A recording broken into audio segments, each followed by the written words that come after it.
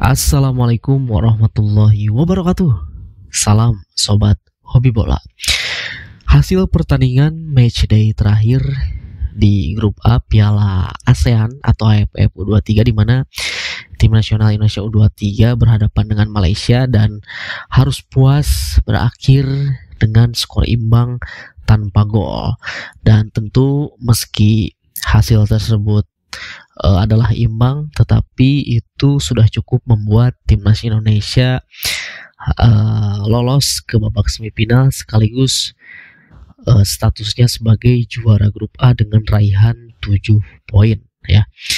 Dan di laga tersebut memang tim nasional Indonesia U23 benar-benar tampil sangat dominan ya, dan menurut SofaScore dari catatan hasil statistik pertandingan tersebut, timnas Indonesia secara statistik menguasai bola itu hingga 68% ya, dibanding dengan Malaysia yang hanya sekitar ya kurang lebih 30-an% lah. Lalu juga secara agresivitas tentu tim nasional Indonesia sangat-sangat agresif dibandingkan dengan Malaysia. Dari tendangan yang dilesakan itu sekitar ada 11 tendangan yang dilesakan dan 3 diantaranya itu on target. Sementara Malaysia mereka mengancam dengan serangan balik ya, dari 10 shoot yang dilesakan Malaysia hanya 1 shoot yang on target gitu. Tetapi walaupun juga Malaysia bermain bertahan, mereka dengan menggunakan strategi counter attack, tapi itu pun juga cukup mengancam lini pertahanan kita ya, walaupun lini pertahanan kita juga tampil cukup solid di pertandingan semalam.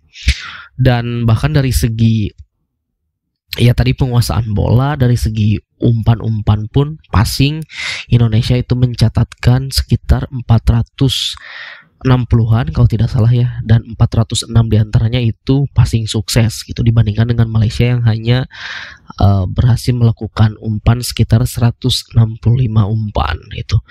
Nah tentu walaupun dengan catatan statistik Indonesia tampil sangat dominan, tapi ya sayang sekali tidak ada satu gol pun yang berhasil diciptakan oleh para pemain timnas Indonesia. Dan memang Malaysia benar-benar tampil sangat solid, lini pertahanan mereka benar-benar sulit ditembus, dengan tentu dengan variasi serangan pun, dan bahkan dengan cara lain seperti lemparan ke dalam dari Robby Darwis pun itu benar-benar sulit untuk menerobos lini pertahanan dari Malaysia ya.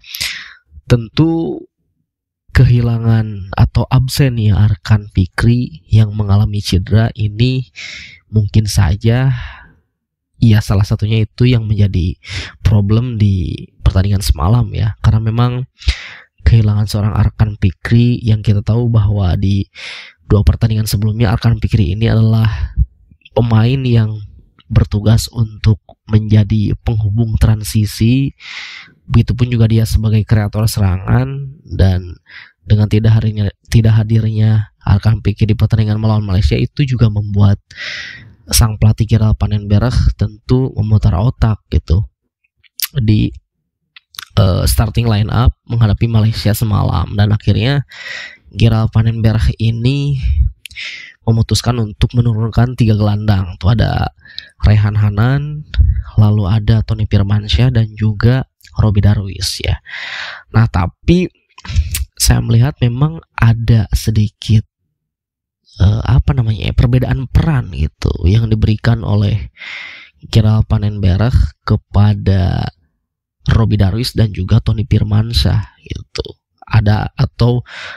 Ada sedikit pertukaran posisi dan juga perbedaan pertukaran peran yang diberikan oleh pelatih Gerald Vandenberg kepada 2 pemain tersebut, yang memang kita tahu bahwa Tony Firmansyah ini dia sebagai seorang lebih ke central midfield ya, gelandang tengah yang tugasnya sebagai pengatur tempo dan juga penyuplai bola gitu. Sementara Robby Darwis tentu jelas dia perannya di Persib itu sebagai gelandang bertahan ya, tentu andalan Boyan Hodak untuk menjadi pelapis Mark Klok, Deddy Kusnandar dan juga Rahmat Irianto. Tetapi di pertandingan semalam Gerard Vandenberg ini memberikan peran yang berbeda kepada kedua pemain tersebut. Tony Firmansyah ini tentu bermain agak lebih ke dalam sebagai gelandang bertahan, sementara Robby Darwish bermain agak lebih ke depan untuk membantu serangan, itu menjadi gelandang serang. Dan memang terlihat bahwa Tony Firmansyah ini dengan peran yang diberikan oleh Gerard Vandenberg semalam itu masih agak-agak kurang nyaman ya, agak-agak kesulitan gitu sebagai gelandang bertahan. Sementara Robby Darwish mungkin saya melihat ya agak-agak lumayan lah gitu untuk membantu serangan dan lebih ofensif gitu. Mungkin itu yang menjadi salah satu faktor Indonesia di pertandingan semalam yang minim kreativitas gitu, sehingga benar-benar sulit untuk memecah lini pertahanan dari Malaysia gitu. Jadi serangan-serangan pun hanya terpaku ke dua sisi sayap, sering mengandalkan Victor Detan di sebelah kanan dan juga Donitri di sebelah kiri gitu. Dan memang iya berbeda dengan Arkan Fikri ketika di dua laga sebelumnya, walaupun mungkin kualitas lawan pun berbeda ya, tapi ya setidaknya memang dengan tidak hadirnya Arkan Fikri itu mungkin saja bisa menjadi salah satu problem di pertandingan semalam seperti itu. Jadi tentu di laga selanjutnya nanti di babak semifinal lawannya pun akan lebih sulit daripada di babak grup, entah itu Vietnam atau juga Thailand. Pastinya Gerard Vandenberg ini benar-benar harus mengevaluasi dari hasil pertandingan di babak grup, terutama di pertandingan semalam melawan Malaysia, di mana Indonesia tampil dominan tapi tidak ada satu gol pun tercipta. Itu benar-benar menjadi evaluasi untuk menghadapi semifinal gitu ya. Dan bahkan jika memang Arkan Fikri ini belum bisa bertanding ya, dan memang kabarnya sudah beredar di media sosial bahwa Arkan Fikri ini tidak bisa bertanding di babak semifinal ya, karena memang mengalami cedera. Nah itu tentu akan membuat pelatih Gerard Vandenberg kembali harus memutar otak bagaimana dia melakukan perubahan skema, perubahan formasi mungkin nanti di babak semifinal, terutama di lini tengah ya. Apakah dia benar-benar akan merubah komposisi di lini tengah, bagaimana nantinya, sehingga siapapun nanti lawan yang akan dihadapi tentu harus bisa memberikan kreasi-kreasi serangan yang bisa memecah pertahanan lawan gitu. Yaitu PR-nya mungkin dari pandangan saya pribadi ya terkait laga semalam gitu. Nah, ada beberapa hal yang menarik juga mungkin dari pertandingan semalam ya, khususnya semua di pertandingan hasil timnas Indonesia di babak grup ini.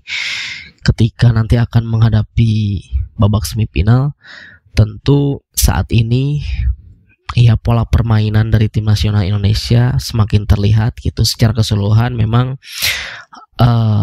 pola permainan tentu sudah terbentuk, umpan-umpan pendek dan kombinasi sudah terlihat, dan tampil dominan secara penguasaan bola pun Indonesia benar-benar sangat oke lah ya. Tapi di pertandingan sepak bola tentu tiga hal tadi itu belum cukup gitu. Tentu yang dilihat pada akhirnya itu adalah hasil gitu, dan itu berkaitan dengan tumbuhnya di lini depan. Bagaimana ketika Jens Rappen di pertandingan perdana melawan Brunei dia tampil benar-benar sangat ya buas gitu sebagai seorang striker.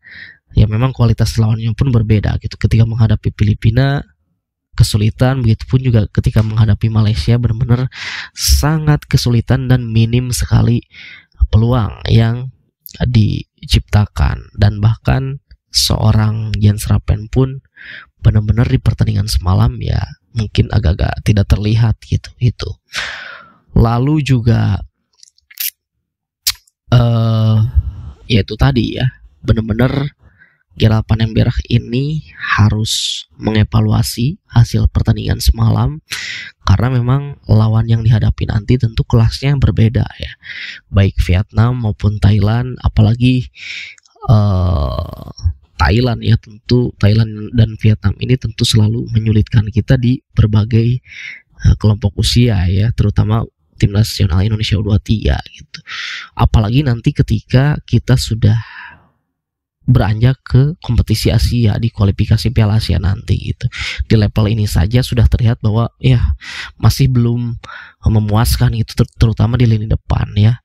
Sekali lagi memang masalah utama dari tim sepak bola Indonesia yang mulai dari berbagai kelompok umur, yaitu memang PR yang harus diperbaiki itu di lini depan gitu. Tetapi di balik itu tentu lini pertahanan kita benar-benar tampil sangat luar biasa ya. Banyak stok pemain saat ini yang dimiliki oleh Gerald Vandenberg di lini pertahanan, entah itu Kadek Arel, Kakang, masih juga ada Ferrari, Brandon Suneman. Itu benar-benar banyak opsi untuk di lini pertahanan dan kualitasnya pun tidak jauh berbeda seperti itu. Jadi sekali lagi tentu ya kita selalu memberikan kritik terhadap tim nasional U23, begitupun juga dengan Gerald Vandenberg sebagai pelatih kepala yang dia juga terus melihat perkembangan timnya. Dia juga pastinya akan terus mengevaluasi secara keseluruhan dari tim ini, dan pastinya kita sebagai fans, sebagai pendukung setia timnas terus memberikan kritik yang membangun gitu. Yang pasti harapannya nanti di babak semifinal tentu ya lebih baik lagi permainannya dibanding dengan di babak grup ya. Itu saja dari saya, terima kasih, sampai jumpa lagi di video selanjutnya.